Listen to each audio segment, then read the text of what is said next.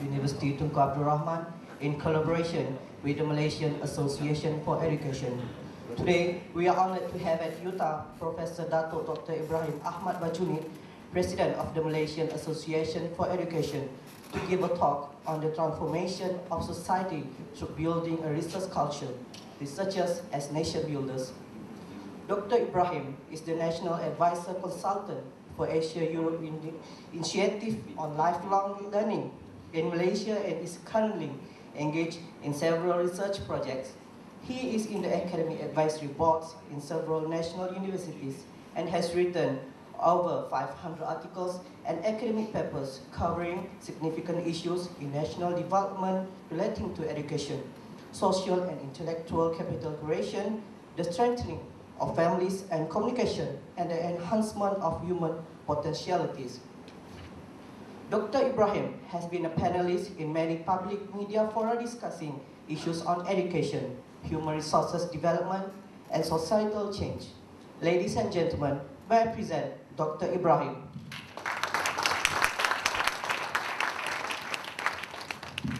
Thank you very much, Master of Ceremonies, ladies and gentlemen.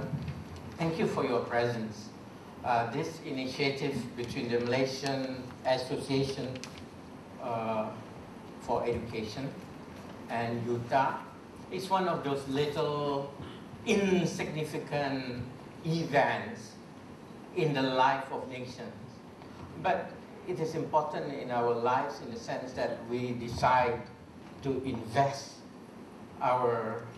there's an echo here because I also have this other mic. Because we decide to invest our time to be here. Because we decide to invest our time, 2 hours or so, to share some ideas. Now, I would like to thank Raja Fauzi, who is the Secretary for the Malaysian Association for Education, and of course, our Miss Lim, whom I say Gwen, according to her email name. Thank you. For getting us together. But you know, they say what's important is at the end of it. We invest 2 hours together, but what's the end of it? Let me begin by ending the talk. In our lives, do we have intimate friends, close friends who are writers, just writers? How many of us would have close friends as writers? Could you just raise your hands? Okay, just a few. How many of us have close friends who make their living from writing? Oh, that's very good. That's very good. We have a few. How many of us have friends who are actors? Women, they don't call them actresses anymore. They also call them actors. How many people have friends who are actors? Who make a living from acting? Well, one. How many of us have friends who are researchers? Who make a living from researching? One. So you see, that is evidence. Thank you very much. Could you just, I don't want to put you under pressure, because when we are interactive, we tend to put people at risk. Now, but would you like to share, or you rather not share? Okay, rather not share, fine. Now, my reaction was based on research. Not my research, but the findings of educational research. Like in classrooms, do not put participants or students at risk. People respond, okay, they are willing to respond up to a point. They may not want to go the next step, so no risk. Very few of us have friends who are researchers. Why? Because we really do not have a research culture. We really do not have a research culture. Because we really do not, we are not a nation which generate knowledge and we share knowledge. We are consumers of knowledge, for the most part.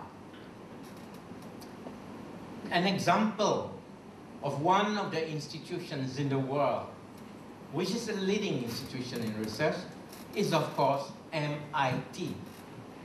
MIT is the first university in the world to have open courseware. They share their knowledge with the world. But the knowledge that they share with the world is actually at a lower level.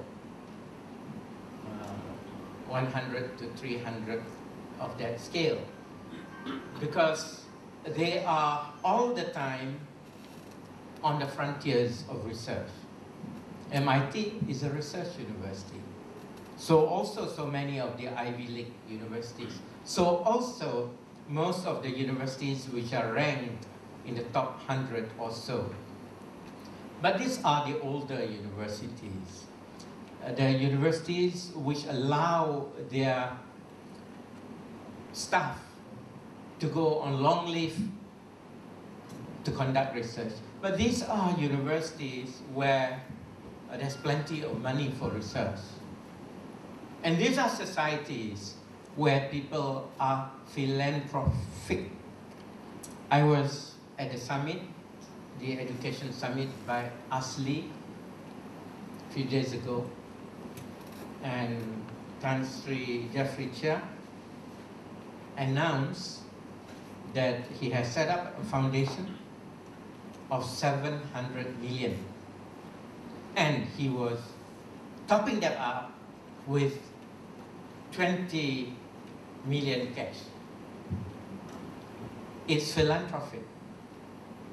Such philanthropy is hard to come by in Malaysia, but it is part of the culture of the so-called more advanced, wealthier societies.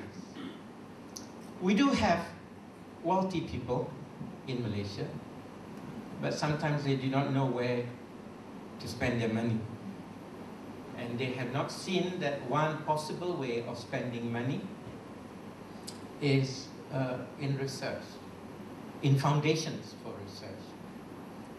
I remember very sadly, very sadly, and I in fact took the opportunity to discuss with Tan Sri Jeffrey after his announcement the story of a very renowned academician who was at the level of a vice chancellor, who after he left his post as a vice chancellor continued to be invited internationally to present his papers, to engage in all kinds of dialogues.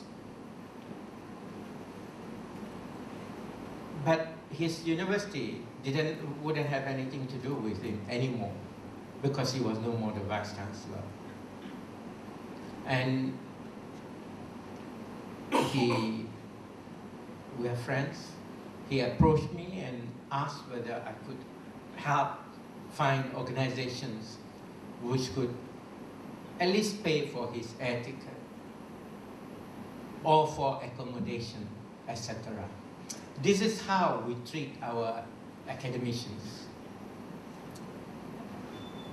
who are still active, who can contribute so significantly, who, when some foreign organizations, foreign universities invite them, they assume that somehow our leading academicians will be able to find some kind of funding to continue to be engaged in international discourse on all kinds of things. So that's the situation.